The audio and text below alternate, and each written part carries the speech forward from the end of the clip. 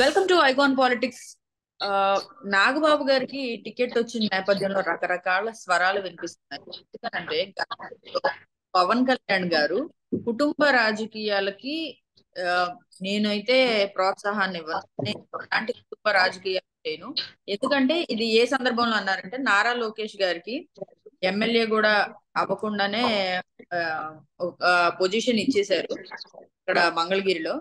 So ఆ టైంలో పవన్ కళ్యాణ్ గారు ఏమన్నారు గతంలో, నేను కుటుంబ రాజకీయాలకి ఎలాంటి తావు ఇవ్వను, నేను రాజకీయాలు చేసినట్టయితే కూడా ఒకవేళ ఆ వాళ్ళకి అర్హత ఉన్నా కూడా నేను వాళ్ళని ఆ ప్రోత్సహించను, ఎలాంటి కుటుంబ రాజకీయాలు చేయను అని చెప్పి గతంలో పవన్ కళ్యాణ్ గారు నాగబాబు గారు కూడా ఇద్దరూ కలిసి చంద్రబాబు నాయుడు గారిని విమర్శించారు. అయితే మరి ఇప్పుడు ఈ అంశంలో ఆయనకి టికెట్ ఇచ్చుకున్నారు వాళ్ళ అన్న పవన్ కళ్యాణ్ గారు. మరి ఇప్పుడు దీన్ని మనం ఎలా చూడాలి సార్? అంటే దీన్ని ఎలా చూడాలంటే అండి, ఒపీనియన్స్ మార్చుకోనుడు పొలిటీషియనే కాదనేటువంటి సందర్భంగా చూడాలండి. ఒపీనియన్స్ మార్చుకోనుడు పొలిటీషియనే కాదండి. ఆహా, ఓకే. అంటే అభిప్రాయాలు డైనమిక్ గా ఉంటాయండి. అప్పుడు ఉన్న పరిస్థితులను బట్టి మాట్లాడుతూ ఉంటాం. ఒకటి. రెండు, పబ్లిక్ కూడా జగన్మోహన్ రెడ్డి మంచి భలేగా ఉన్నాడు, ఇంచక్క మాట్లాడుతున్నాడు, గొంతు వణుకుతా మాట్లాడుతున్నాడు, అవ్వ అక్క అయ్య చల్లమ్మ అంటున్నాడు, ఒక సాంశం అంటున్నాడు అని ఓటేశారు కదా. అంటే అప్పుడు అభిప్రాయాన్ని మళ్ళీ మార్చుకుని బాబోయ్ నువ్వు వద్దురా బాబు అని తోసేశారు కదా. ఇప్పుడు అంటే మార్చుకున్నారు లేదా అభిప్రాయం. కాబట్టి అభిప్రాయాలు ఎప్పుడు స్టాండర్డ్ గా ఉండవాలి. అప్పుడు అలా అనిపించి ఉండొచ్చు వాళ్ళకి. అంటే నేను అలాగే సమర్థించట్లేదు ఈ ప్రభుత్వం, చంద్రబాబు గారు తీసుకున్న ఈ కూటమి ప్రభుత్వం తీసుకున్న నిర్ణయాన్ని నేను సమర్థించట్లేదు. వాస్తవం మాట్లాడుకోవాలి. అప్పుడున్న పరిస్థితులను బట్టి రాజకీయాలు నడుస్తూ ఉంటాయండి. ఒకళ్ళ మీద ఉన్న అభిప్రాయం అలాగే స్టాండర్డ్ గా ఉండిపోదు. కొంతమంది దురదృష్టవశాత్తు అలా ఉండిపోతూ ఉంటాయి. ఇక్కడ నాగబాబు గారికి మంత్రివర్గంలో తీసుకోవటం అనేటువంటిది ప్రధానంగా రెండు అంశాలు. ఒకటి, మంత్రివర్గం సభానాయకుడి విచక్షణ, అధికారం, ఎవరిని మంత్రివర్గంలో తీసుకోవాలనేటువంటిది ఆ సభానాయకుడికి పూర్తిగా దఖలు చేయబడిన అధికారం, విచక్షణ. ఇక రెండు, కూటమి ప్రభుత్వం కాబట్టి కూటమిలో ఒక పార్టీకి ఒక మంత్రి కేటాయించారు. అది మీ ఇష్టం, ఎవరికి ఇచ్చుకుంటారు ఇచ్చుకోండి అంటారు. వాళ్ళ అభిప్రాయం ప్రకారం వాళ్ళు ఎవరిని సూచిస్తే వాళ్ళకి ఇస్తారు, అంతే కదా. ఇప్పుడు జనసేన కేటాయించి మీరు పలానా వాడికి ఇవ్వండి వీళ్ళు ఎలా చెప్తారు, వాళ్ళు ఇచ్చుకుంటారు. మీకు మీకు మీకు వచ్చిన సందేహం ఏంటంటే, ఆ వాళ్ళు మీరు అలా అన్నారు కదా, ఇవాళ మీరు మీ కుటుంబానికి మీ కులం లెక్కలు కూడా చూస్తే ఉన్న 4 మంత్రి పదవుల్లో 3 ఇచ్చేశారు, మరి వేరే కులాలు లేవా అని అడగొచ్చు మీరు. ఆ మాట మనం కాదండి, వాళ్ళ పార్టీలో ఉన్న ఎమ్మెల్యేలు వాళ్ళు మాట్లాడతారు. వాళ్ళు చర్చించుకోకుండా చేసి ఉంటారని నేను అనుకుంటున్నాను. వాళ్ళు ఒప్పుకుని ఉండొచ్చు. అదే నాగబాబు గారు ఆరోగ్యం సరిగ్గా సహకరించమని పార్టీ కోసం కష్టపడ్డాళ్లే అంటే ఒక అభిప్రాయం ఉంటుంది వాళ్ళకి. అప్పుడు జనసేనకు సంబంధించిన వాళ్ళు, లేకపోతే ఆయా వర్గాలకు సంబంధించిన వాళ్ళు. ఆనాడు ప్రజారాజ్యం అప్పుడు కష్టపడ్డాడు, తర్వాత పవన్ కళ్యాణ్ గారు వెనకాల నిలబడ్డాడు. గత ఎన్నికల్లో పోటీ చేసి ఓటమి పాలయ్యాడు, ఒక రకంగా అవమానకరంగా ఉన్నాడు. వాళ్ళు ముగ్గురు అన్నదమ్ముల్లో కొంచెం వెలిసిగా ఉన్నాడు ఈయన. పెద్ద ఆయన మెగాస్టార్, చిన్న ఆయన పవర్ స్టార్. ఈయన ఏ స్టార్ కాకుండా ఉన్నాడు ఈయన. కాబట్టి ఈయనకి ఒక తమ్ముడుగా, అన్నగారిని ఒక గౌరవప్రదమైన స్థానంలో చూడాలని కోరుకున్నచ్చు. ఆ కోరిక ప్రకారం ఆయనకి గతంలో ఆర్థికంగా ఇబ్బందులు ఉన్నప్పుడు ఆదుకున్నాడు. అలాగే ఇప్పుడు తనతో పాటు నడిచిన, తనకు సపోర్ట్ గా నిలబడిన తన అన్నకి ఒక గౌరవప్రదమైన స్థానం దక్కాలని కోరుకోవడంలో తప్పులేదు. అది కుటుంబ పరంగా. ఇవాళ కుటుంబం ఒకటి, రాజకీయం ఒకటి కాదు కదా. కుటుంబాలే కదా ఆరాధించేది. మెగా కుటుంబం, నందమూరి కుటుంబం, వైఎస్ కుటుంబం, లేకపోతే ఇంకొకరి కుటుంబం అని ఇదే కదా మనం మాట్లాడుకుంది అంతా. కాబట్టి గొంగట్లో తింటా ఎంటుకలు వచ్చినాయేటి అని అడగకూడదండి. మనం తినేది గొంగట్లో కదా. మన రాజకీయాలు అలా ఉన్నాయి కాబట్టి దీని మీద అనవసరమైన చర్చ పెట్టి నాలాంటి వాడి చేత ఏదోటి అనిపించి వాళ్ళందరి చేత తిట్లు నాకు తినిపించేలాగా మీరు నాకు గిఫ్ట్ కింద పొగడి పొట్టంలాగా ఆ తిట్లు వినిపిస్తారంటే మీరు నాకు ఏంటంటే వాళ్ళ కోణంలో ఆలోచించాం. ఇక తిరిగి తెలుగుదేశం శ్రేణులు, జనసేన శ్రేణులు ఏమనుకుంటున్నారు? తెలుగుదేశం శ్రేణులకి నాగబాబు గారు అంటే ఎంతో కొంత విముఖత ఉంటది. తెలుగుదేశం శ్రేణుల కంటే కూడా బాలయ్య అభిమానులకి. బాలయ్య మరి వాళ్ళ నాన్నగారు 83-40 ఏళ్ల క్రితమే ముఖ్యమంత్రి. వాళ్ళ బావ ఏకంగా వాళ్ళ బావ ఈయన కూడా 4 సార్లు ముఖ్యమంత్రి అయిపోయాడు. వాళ్ళ అల్లుడు మంత్రి, ఈయన 3 సార్లు ఎమ్మెల్యే, హ్యాట్రిక్ ఎమ్మెల్యే.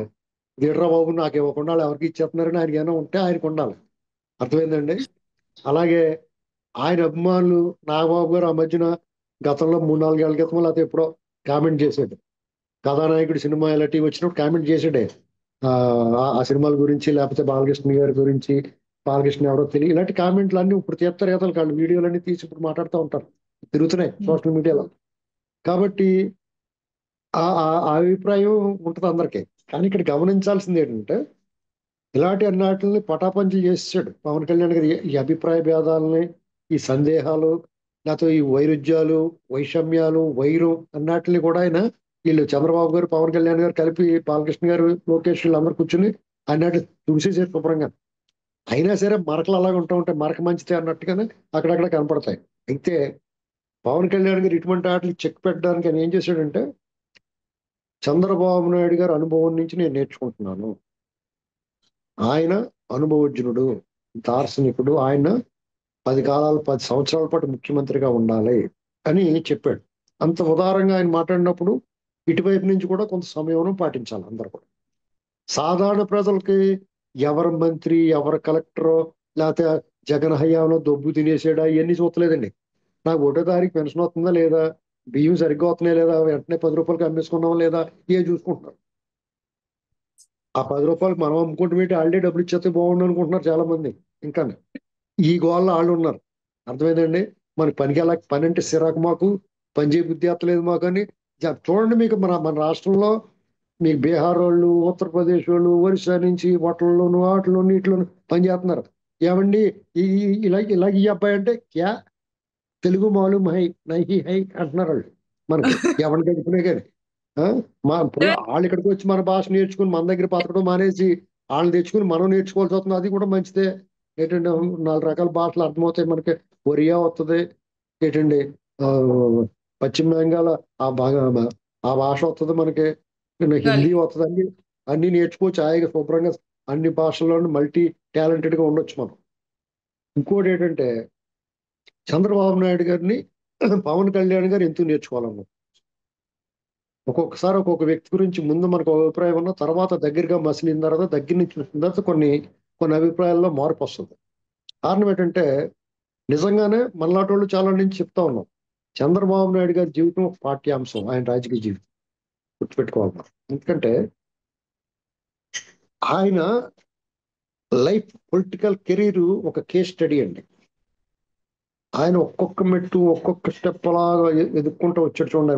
మొట్టమొదట 78లో ఎమ్మెల్యేగా ఎన్నికయ్యి, తర్వాత మళ్ళీ మంత్రి అయ్యి, తెలుగుదేశం పార్టీకి వ్యతిరేకంగా పోటీ చేసి ఓడిపోయి, తర్వాత రాజకీయాలు వదిలేసి వ్యాపారంలోకి వెళ్ళి, మళ్ళా రామారావు గారు ఆ ప్రభుత్వం సంక్షోభంలో వచ్చి అంతా తానే నిలబడి మళ్ళీ తిరిగి ప్రభుత్వం, రామారావు గారి ప్రభుత్వం ఏర్పడే వరకు ఆయన పడిన కష్టం, ఆయన వ్యూహ చతురత అప్పుడు ప్రజలు ఆకట్టుకుందండి. తర్వాత ఆయన అప్పుడు వెంటనే వచ్చిన ఎన్నికల్లో ఆయన పోటీ చేయకుండా పార్టీకి పరిమితమై పార్టీ పనిచేసాడని క్యాడర్ని బిల్డప్ చేశాడు 85 నుంచి 89 వరకు. కర్షక పరిషత్ అధ్యక్షుడిగా, చైర్మన్ గా ఉన్నాడు ఆయన. అయితే ఈ క్రమంలో ఆయనలో ఉన్న లోపాలను ఆయన తెలుసుకున్నాడు ఫస్ట్. స్పృహద్రూప్ కాదు ఆయన. ఆయన మంచి వాగ్దాటి లేదు, ఆకట్టుకునే రూపం కాదు, చరిష్మా లేదు. అటువంటిప్పుడు ఏం చేయాలి? క్రమశిక్షణ, నిర్దేశిత లక్ష్యం, టార్గెట్, దార్శనికత, పరిపాలన, ప్రతిభ. ఈ ఈ లక్షణాలు ఉండాలి రాజకీయ నాయకుడు అనుకున్నాడు. నిరంతర శ్రమ చేశాడు, నిర్విరామ కార్యకలాపాలు చేశాడు. జయాపజయాలు కానీ రాగద్వేషాలకు కానీ అతీతంగా ఉండటం అనేటువంటి అలవర్చుకున్నాడు. అది కఠోర శ్రమ అండి. అది మామూలుగా మనకి అభ్యాసం మీద వస్తుంది. అభ్యాసం చేయాలి దాన్ని. ఊరికే మనం మనం మనం ఉందాం అనుకుంటాం. ఇప్పుడు సిగరెట్ అలవాటు ఉన్నవాడు మానేద్దాం ఇవాళ నుంచి అనుకుంటాడు. వచ్చిన ఒక అరగంట ఆగి కాపీ తాగిందని మళ్ళీ సిగరెట్ లాగేస్తూ ఉంటుంది. ఇలాంటి దాన్ని కంట్రోల్ చేసుకోగలగటం. కొన్ని రాగద్వేషాలు ఉంటాయి రాజకీయాల్లో. ఒక్కొక్కసారి అవతల మాట్లాడుతూ ఒళ్ళు మండిపోయి మనం వెంటనే తిట్టేయాలనిపించేది. అలాంటి వాటిని కంట్రోల్ చేసుకోవాలి. ఆయనకి కూడా మనిషిగా ఇలాంటి రాగద్వేషాలు ఉంటాయి. కానీ అట్లా అదుపులో ఉంచుకోవడం అనేది ప్రతీకారాచలేని రాజకీయం. ఆయనలో ప్రతీకారం అనేటువంటిది ఏ కోసాన్ని కనపడుతూ చూసుకొని కావాలి మీరు.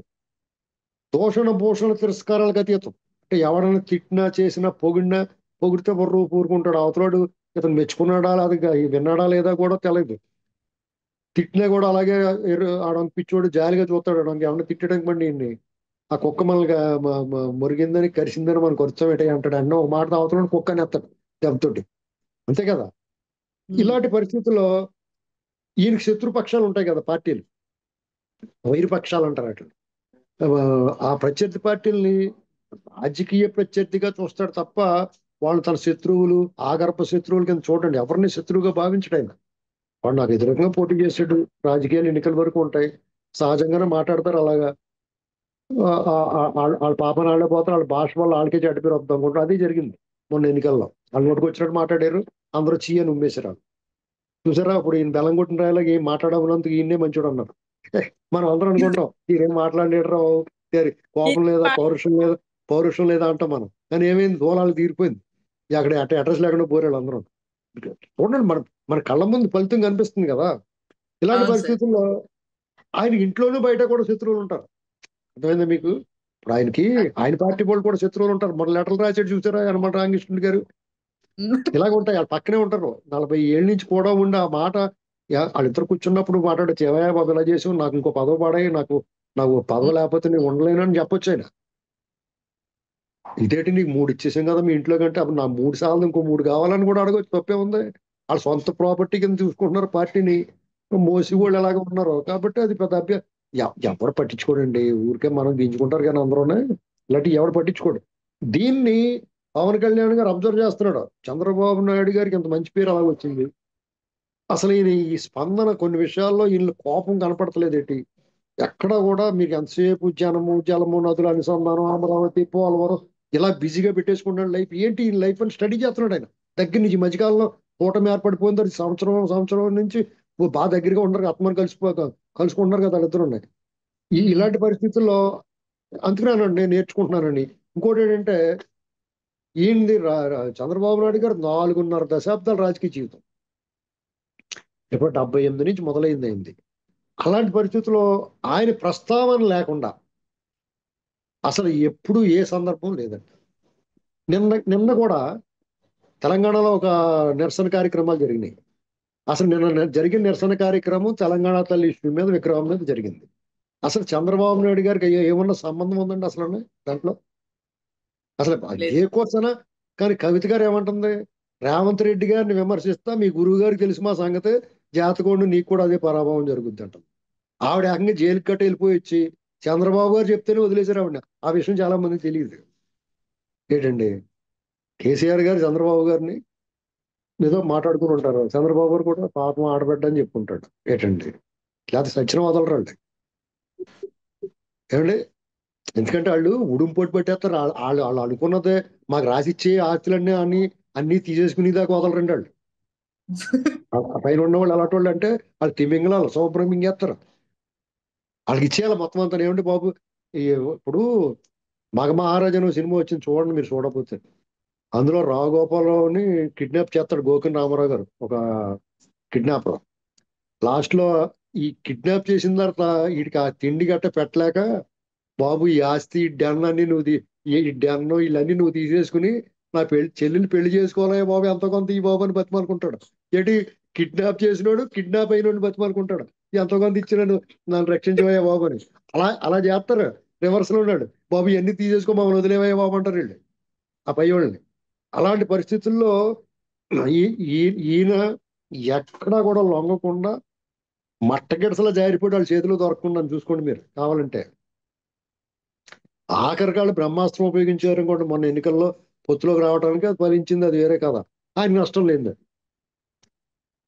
ఇక్కడ ఘోర పరాజయం వచ్చిన, పరాభవం ఎదురైనా సరే ఆయన సమానంగా తీసుకున్నాడు. చూసుకోండి 2019 ఎన్నికల్లో మొన్న ఆ జరిగిన దానికి చంద్రబాబు గారు కాబట్టి నిలబడి ఆ 23 మందితో నిలబడి మాట్లాడాడు. ఆయన ఒక్కడిని చేసి మిగతా వాళ్ళందరినీ సస్పెండ్ చేసి సభలో ఒక్కడే నిలబడి మాట్లాడాడు. జగన్మోహన్ రెడ్డి చూసారా, 11 మంది ఉన్నారు అతనికి టికెట్ టీం లాగానే, అయినా సరే పారిపోతున్నాడు, రావడానికి అల్లిపోతున్నాడు. ప్రమాణ స్వీకారానికి ఎమ్మెల్యే ప్రమాణ స్వీకారానికి కూడా వచ్చినా లేదన్నట్టు వచ్చి సుడిగాల్లాగా ఆ రామ్మ మెరుపుదే కానట్టు వచ్చాడు, రసక్క మారిపోయి మళ్ళీని. అంటే మీకు ఎలాంటి పరాజయం కానీ పరాభవం కానీ ఆయన కృంగదీయదు. ఆయన అక్రమ నిర్బంధం చేశారు, అది ఎక్కడ లొంగలేదు. ఆయన అడుగడుగున ఆటంకాలు కల్పించారు. ఆయన ప్రతి మూమెంట్ కి ఆయన అనుచరులని, ఆయన నాయకుల్ని, వాళ్ళ కేడర్ని చాలా ఇబ్బంది పెట్టేశారు. ఎక్కడా కూడా వాళ్ళందరినీ ఎలా డ్రైవ్ చేసాడు? ఎక్కడన్నా పోరాటం ఆగిందండి? జగన్మోహన్ రెడ్డి అధికారంలోకి వచ్చిన వెంటనే ఆయన మొదలెట్టాడు. చలో ఆత్మకూరు దగ్గర నుంచి మొదలు పెడితే మా ఎన్నికల ప్రచారం వరకు కూడా గత 5 ఏళ్ళు కూడా అవిశ్రాంతంగా పోరాడాడు. ఒక్క కరోనా టైంలో ప్రపంచం అంతా లోపల పెట్టేసి గదిలో చేసేసారు కాబట్టి అప్పుడు ఆగాడు. అప్పుడు కూడా ఆగలేదండి. ఇలాగ మళ్ళాగా జూమ్ లో గట్రా మాట్లాడేసాడు. ఇది ఆ సహనం, సంయమనం ఆయనకు ఒక రకమైన ఆభరణాలు లాంటివి అన్నమాట. మీరేం చేస్తారు? గాజులు, మెళ్ళ గొలుసు ఇలాంటివన్నీ వేసుకుంటారు. ఆయన ఏంటంటే సహనం, సంయమనం, వ్యూహం. అంటే ఎంతసేపు స్కెచ్ల మీద స్కెచ్లు వేస్తా ఉంటే పెన్ను పేపర్లో అరిగిపోతా ఉంటే పోయిన పేపర్లు పెట్టుకుంటాడు, స్కెచ్లు వేసుకుంటూ కూర్చుంటాడు ఆయన ఖాళీగా ఉంటే. ఇలాంటి పరిస్థితుల్లో ఒక్కోసారి కఠినమైన నిర్ణయాలు తీసుకోవాల్సి వస్తుంది. అంటే మనకి ఎవరికి రుచించదు ఆ నిర్ణయం. దాని వెనకాల ఏముంటుందంటే ఒక సుదీర్ఘ లక్ష్యం ఉంటుంది. ఆ టార్గెట్ చేరుకోవాలి. ఆ గమ్యం చాలా దూరంగా ఉంటది, దాన్ని చేరుకోవాలి. అసాధ్యం అసాధ్యమైన ప్రతిఫలం అంటే అది, ఆ ప్రతిఫలం మనకి సాధ్యమా కాదా, అది లభిస్తుందా లభించదా అనేటువంటిది ఆయన పక్కన పెడతాడు. సాధనే అంటే దాన్ని సాధించాలనేటువంటి ధ్యేయం ఉంటుంది. ఇప్పుడు విజన్ 2020 అన్నప్పుడు అందరూ ఎగతాళి చేశారు. చాలా మంది వాళ్ళ పార్టీ వాళ్ళు కూడా ఇలాగ మాట్లాడి అని అనుకున్నారు. అదే దాన్నే అంటారు అసాధ్య ప్రతిఫలం అని. అంటే సాధ్యమా కాదా అనేటువంటి సందేహం ఉంటుంది. అలాంటి దాన్ని అది సాధించే వరకు ఆయన నిద్రపోలేదు. దాన్ని సాధించడం చాలా విశేషం. ఇవాళ మన ఫ్రూట్ అనుభవిస్తున్నాం. అనేక ఈ ప్రపంచంలోనే హైదరాబాద్ అనేటువంటి విశ్వనగరంగా పేరు పొందిందంటే కారణం అదే వాళ్ళ. కాబట్టి ఇంకో విషయం చెప్పాల, దీనిలో అస్సలు ప్రతీకార రాజకీయం ఉండదు. మనం ఈ నుంచి ఎక్స్పెక్ట్ చేయకూడదు జగన్ కొట్టేయాలి, వాళ్ళు లోపల పెట్టేయాలి, లేకపోతే నాగబాబు దగ్గర చేరనివ్వకూడదు, ఈ కొంతమందిని మనం మాట్లాడకూడదు అయినా అంటాం మనం. ఏంటి మన సహజంగా ఉండే మన ఏదైనా క్షేమ పుట్టిందనుకో అమ్మా అంటాం మనం. అలాగే అండి ఆయన పావం గరిచినా కానీ అలాగే ఉంటాడు రాయిలాగా. కేసీఆర్ గారు గత సంవత్సరం ఎలక్షన్లు అయిపోయిన తర్వాత తన తుంటి వెమ్మికి ఇరిగిపోయింది, గుర్తుందా మీకు? హాస్పిటల్లో జాయిన్ అయ్యాడు ఆయన. అవును సార్, అవును. రేవంత్ గారు అప్పుడు చంద్రబాబు గారు వెళ్ళి ఆ ఇరిగిపోయిన తుంటి వెముక మీద చెయ్యేసి పామేడు అతనికి. ఏమయ్య బాబు ఎలా ఉంది చూసుకో జాతకాన్ని, జాతగా చూసుకుని మాట్లాడాలి, జాతగా చూసుకుని నడుస్తూ ఉండాలని చెప్పి ఒక సొరకంటించి వచ్చాడు మెల్లగానే. ఏంటండి స్నేహితుడే కాబట్టి ఏంటండి అంతే. చేత ఆయన పొలిటికల్ లైఫ్ ని మనం కేస్ స్టడీగా తీసుకోవాలి ఈ పాలిటిక్స్ లో ఉన్న వాళ్ళందరూ. అంతేగాని ఆ చేయగలిగితే కొండ వదిలేయటం, పెడితే పెళ్లి పెట్టకపోతే ధ్యానం చేయటం ఇలాంటివి చేయకూడదు. కొంతమంది ఏం చేస్తారు, పెడితే పెళ్లి చేస్తారు, అయ్యో బాబోయ్ గొప్ప అని పొగుడతారు. పెట్టకపోతే దినం మామూలుగా 10 రోజులు చేస్తారు దినం, చనిపోతే ఎవరన్నా. కానీ ఇప్పుడు ఏం చేస్తున్నారంటే పెట్టకపోతే అయ్యాలే దినం చేస్తారు. ఆరు ఆరు రోజే చేసేస్తున్నారు ఇప్పుడు. అలా ఉండకూడదు. దీన్ని పవన్ కళ్యాణ్ నేర్చుకుంటాను అన్నాడు. అంటే పవన్ కళ్యాణ్ మామూలుగానే ఆయనకు ఒక ఇగో ఉంటుంది.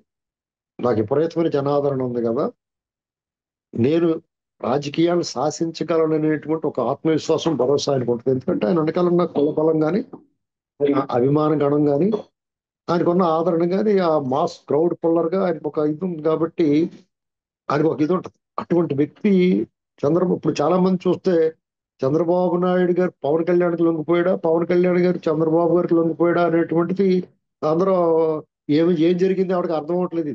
ఇది బ్రహ్మ పదార్థం చిదంబర రహస్యంగా ఉండిపోయి ఏం జరిగిందిరా బాబు వాళ్ళ మధ్యన. ఎందుకంటే వాళ్ళిద్దరు తొమ్మిదిగిరెట్టు నన్ను ఇచ్చేసుకున్నారు. మామూలు క్విక్ పిక్స్ ఇలాంటివి కాదు. తొమ్మిదిగిరెట్టు చాలా గట్టిగా అంటుకుంటుంది. తెలుసా తొమ్మిదిగిరెట్టు మీకు? తొమ్మిది చెట్ల నుంచి వస్తుంది. తొమ్మిది చెట్ల నుంచి వస్తుంది. పోస్ట్ ఆఫీస్ లో పెట్టి చిన్న సీసలు వేసి నీళ్లు వేసి కర్ర వేసి పెట్టి ఇలా గట్టించుకోమని పెడతారు. అలాంటిది అన్నమాట. అలా గట్టించేసుకున్నారు వాళ్ళు. కాబట్టి ఒకరి అభిప్రాయాలు ఒకళ్ళు గౌరవించుకుంటారు వాళ్ళు. ఇదిగోనే మంత్రి పదవి ఉంది మీకు. ఇక్కడ ఇంకో వాదన ఏమనిపిస్తుందంటే, ఇంకొక వార్త బయట తిరుగుతున్నది. రాజ్యసభ కావాలని కోరుకున్నాడు ఆయన. వాళ్ళ అన్నగారికి నాగబాబు గారికి రాజ్యసభ పంపిద్దాం అనుకున్నాడు. రాజ్యసభకు 3 ఉన్నాయి సీట్లు వచ్చినాయి కాబట్టి అందులో పంపించాలని కోరుకున్నాడు. అది కుదరలేదు కాబట్టి అది ముందే నిర్ణయించబడి ఆర్ కృష్ణయ్య పార్టీ మారింది కానీ ఆయనే ఉంటాడు బీజేపీ తరఫున. ఈసారి బీజేపీ తరఫున. ఇప్పుడు ఇది వరకు ఒకసారి ఎన్జి రంగా గారు కృష్ణా జిల్లాలో, గుంటూరు జిల్లాలో ఇది ఎలక్షన్ అప్పుడు తిరుగుతూ ఒక రాజకీయ నాయకుడు ఎదురుపడ్డాడు ఆయనకి. ఎదురుపడితే ఏమంటే పలపించుకున్న తర్వాత మీరు ఇప్పుడు ఏ పార్టీలో ఉన్నారని అడిగాడు. అంటే అంటే ఎప్పుడు ఏ పార్టీలో ఉంటారో తెలియ వాళ్ళు ఉంటారు కదా అని కన్ఫ్యూజ్ లేకుండా ముందే మీరు ఏ పార్టీలో ఉన్నారని అడిగాడు ఆయన. కొంచెం ఆ పెద్ద మనిషి తరహా సీనియర్ పొలిటీషియన్ కాబట్టి కొంచెం చాలా జాగ్రత్తగా అడిగాడు. అప్పుడు ఆ పార్టీ గురించి మంచిగా చెడ్డ మాట్లాడదాం. అలాగైనా మొన్న మధ్య రాజకీయ పార్టీలు టీడీపీలో తరఫున పోటీ చేయడు. 2014 ఏకంగా ముఖ్యమంత్రి అభ్యర్థిగా ప్రకటించారు. వెంటనే అక్కడ గెలిచాడు ఆయన. తర్వాత మళ్ళీ 18కి వచ్చేటప్పటికి కాంగ్రెస్ తరఫున అక్కడ పోటీ చేశాడు. అక్కడ ఓడిపోయాడు, అయిపోయింది. తర్వాత వైసీపీలో గెలిపోయాడు, రాజ్యసభ అయిపోయాడు. లక్ అంటే అదండి, రాజకీయంలో నక్కన వచ్చినోడు అతను. ఏంటంటే ఎక్కడా కూడా మనం ఇక్కడ ఈర్ష్యపడకూడదు. ఆయనకు వచ్చిన అవకాశాలను చూసి ఈర్ష్యపడకూడదు, ఆయన మీద ద్వేషం పెంచుకోకూడదు. ఆ అదృష్టవంతుడు లాటరీ టికెట్ కొనుక్కోకుండానే లాటరీ తగిలినాడు అనమాట. ఎవరికైనా లాటరీ టికెట్ కొనుక్కుంటే తగులుతుంది లాటరీ, ఇతను లాటరీ టికెట్ కొనకుండానే తగులుతుంది. ఎందుకంటే మీకు ప్రైజ్ వచ్చిందని పట్టుకొచ్చి ఇచ్చేస్తున్నారు అనమాట. అలా చూసుకోవాలి మనం. అంత అదృష్టాన్ని మనం ఎక్కడ ఎక్కడ చూడం. నా దగ్గరికి వస్తున్నాయి కానీ నేనే పార్టీ దగ్గరికి వెళ్ళట్లేదు అని అన్నాడు ఆయన. అంతే కదా మరి. ఇప్పుడు ఆయన అదే అంటున్నాడు కదా. దాని అర్థం ఏంటంటే లాటరీ టికెట్ కొనకుండానే లాటరీ వాళ్ళు ఏం చేస్తారంటే ఏమంటే మీకు పొద్దున్నే తలుపు కొట్టి ఓ మూట అట్టుకొచ్చి మీకు లాటరీ తగిలిందని ఇచ్చేస్తారనమాట. అలా ఇచ్చేస్తామని మన కళ కూడా గాను తెలుసా మీకు. మనం టికెట్ కొన్నాం, మన టికెట్ కింద పెట్టుకుని పడుకుని దీనికి తగలాలని కలగంటాం. కానీ అతను టికెట్ కూడా కొనకుండా లాటరీ తగులుతుంది అతనికి. అలాంటి పరిస్థితి ఆయనకు వచ్చింది. ఆయన సీట్ ఆయనకే ఇచ్చారు, పార్టీ మారింది అంతే. అలాగే బేదమస్తానరావు గారు ఆయన రాజీనామా చేసినప్పుడు పార్టీ రాజీనామా చేయకుండా మారదాం అనుకుంటే అది కరెక్ట్ కాదు, మా ప్రాతినిధ్యం ఉండాలి, నువ్వు రాజీనామా చేసి మా తరపున వెళ్ళండి ఉంటారు. అలాగొచ్చాడు ఆయన. ఇంకోటి ఆయన మోపుదేవి, ఆయన కూడా ఇంకెంత ఒక సంవత్సరం 2 సంవత్సరాలు ఉంటాయి. ఆ పరిస్థితుల్లో ఆయన ఇంకో ఆఫర్ ఏది ఇచ్చి ఉంటారు, నీకు ఇంకోటి ఏదో ఇస్తాం లేవా బాబు అంటే, సరే అండి మీ ఇష్టమైన వాళ్ళకి ఇచ్చుకోండి అని చెప్పి ఉంటాడు. దానికి ఆ సానా సతీష్ అన్న ఆయన దాని వెనకాల పనిచేసి ఉంటాడు. ఎలక్షన్ అప్పుడు డబ్బులు ఇచ్చి మీకు నాకు ఏం తెలుస్తుంది అతను ఏం పని చేయడో. ఎలక్షన్ ఫండ్ ఇచ్చి ఉండొచ్చు, ఆ పార్టీ కోసం పని చేసి ఉండొచ్చు, ఢిల్లీలో ఏదైనా లాబింగ్ ఏదో ఒకటి చేసి ఉండొచ్చు. కాబట్టి అతనికి ఇవ్వటంలో మనకే ఇదేంటి అతను ఎలా తీసుకొచ్చి ఇచ్చారు, అతని మీద పలానా కేసులు ఉన్నాయి, ఇది వరకు గొడవలు ఉన్నాయి కదండి, జగన్మోహన్ రెడ్డి మీద కేసులు లేవా, మరి ముఖ్యమంత్రిని చేస్తారు ఏకంగానే. అంటే ఇది నేను సమర్థించడం కాదు, లాజికల్ గా ఆలోచించాలి. అక్కడ ఆ పార్టీ అధిష్టానం, ఆ పార్టీ నాయకత్వం, అది అంతర్గత విషయం. ప్రజలకు కూడా సంబంధం ఉంటుంది. ప్రజలు ఏమనుకుంటారంటే పలానా ఓడు ఉన్నాడు కదా, వాళ్ళకి ఇవ్వాలి కదా, వీళ్ళకి ఇవ్వాలి కదా అనుకుంటారు. ప్రజలు కూడా అమాయకులు, మాకు కావాలనుకోరు, వాళ్ళకి ఇవ్వాలని వీళ్ళకి ఇవ్వాలని మాట్లాడతారు. ఏంటండి ఇలాంటి పరిస్థితుల్లో వాళ్ళు సారా సతీష్కి ఇచ్చారు కాబట్టి ఆ ప్లేస్ ఖాళీ లేదు కాబట్టి, సరే అయితే దానికి బదులుగా ఏకంగా మా క్యాబినెట్ మంత్రి కింద తీసుకోండి. అది మంచి చాలా గౌరవం కదా. రేపు మాపై ఎమ్మెల్సీ ఏదో ఖాళీ అవుద్ది, ఎమ్మెల్సీ కింద తీసుకుని ఆయన మంత్రి పదవి కొనసాగుతాడు. మంచిదే కదా ఆంధ్రప్రదేశ్ లో. దాని మీద ఈ అంబటి రాంబాబు వాళ్ళు జబర్దస్త్ అది ఇది అని మాట్లాడుతున్నారు. ఏకంగా జబర్దస్త్ ఆర్టిస్ట్ కి మీరు మంత్రి ఇచ్చారు కాబట్టి మీకు అన్నది ఏమైనా తీసిపోయామా అని చెప్పి వీళ్ళు ఇచ్చారు. తప్పే ఉంది అందులో. అవునా కదండి. అవును సార్, అవును. ఇక్కడ ఏమవుతుంది, ఈ ప్రజల్లో ఎన్నిక అవ్వకుండా మా లోకేష్ గారిని విమర్శించారు వీళ్ళు, మరి ఇప్పుడు అలాగే ఇచ్చారంటారు. నేను ఇందాక చెప్పాను కదా, పాలిటిక్స్ డైనమిక్ గా ఉంటాయి, ప్రజల అభిప్రాయాలు మారుతూ ఉంటాయి. శాశ్వత శత్రువులు ఉండరు, శాశ్వత మిత్రులు ఉండరు. ఒపీనియన్స్ మార్చుకోకుంటే పొలిటీషియన్సే కాదు. ఇలాంటివన్నీ గుర్తుపెట్టుకుని అందరూ కూడా, అంటే ఇంత ఆలోచన చేయరావన్న సడన్ గా ఆ ప్రకటన వెలువడిన వెంటనే ఫస్ట్ రియాక్షన్ ఎలా ఉంటుందంటే ఇదే బాబు ఇలా ఇచ్చేసారు అనుకుంటారు. కానీ వాళ్ళు కాంప్రమైజ్ అయిపోతారు, మాట్లాడుకుంటారు, కలిసిమెలిసి పనిచేస్తూ ఉంటారు, శాశ్వతంగా ఎంచుకుంటారు. నేను మొన్నటి దాకా కొలుసు పార్థసారథి గారు వైసీపీలో ఉన్న టీడీపీని తిట్టిపోడైనా ఆ కార్యకర్తలందరూ ఇప్పటికీ కూడా రౌడీ షీట్లు తీయించలేదు వాళ్ళ మీద. తెలుగుదేశంలోకి వచ్చి మంత్రి అయిపోయినా కానీ టీడీపీ వాళ్ళు వేధించేస్తున్నాడని చెప్పుకుంటున్నారు అక్కడ. ఇంతకన్నా ఏముంటది, ఇలాంటివన్నీ గుండె దిటవ చేసుకుని ఇంతకన్నా అద్భుతాలు జరుగుతాయి. మళ్ళీ చూసుకోవాలి జాతకాన్ని. ఏంటండి అర్థమైందా మీకు. ఇప్పుడు సార్, జనాలు ప్రిపేర్ చేసేస్తున్నారు మీరు ముందే. ఇప్పుడు అలా కాదండి, ఇంకా ఉంటాయి అలాంటి. అప్పుడు ఏం చేయాలంటే జనం మీకు ముఖ్యమంత్రిగా చంద్రబాబు నాయుడు గారు ఆయన విధానాలు మీకు నచ్చి ఆయన గెలిపించుకున్నారు. ఆయనే ఉన్నాడు కదా ఆ ముఖ్యమంత్రి కింద. నేను ఉండను, చిరంజీవి గారిని పెట్టుకుండా, లేకపోతే ఇంకొకళ్ళు మోడీ గారు సోమవీరాజుని పెట్టుకోమన్నారు కదా ఆయన. ఆయనే ఉంటున్నాడు కదా, ఆయన పరిపాలన సాగుద్ది కదా. పవన్ కళ్యాణ్ గారు కూడా చంద్రబాబు గారు చెప్పినట్టు వింటాం మేము. ఆయన అనుభవం కావాలంటున్నాడు కదా, ఇంతకన్నా అది చూసుకోవాలి తప్ప ఇంకా మిగతా కింద ఎవరుంటే మీకు ఇది అవును సార్. ఆలోచించుకోవాలి.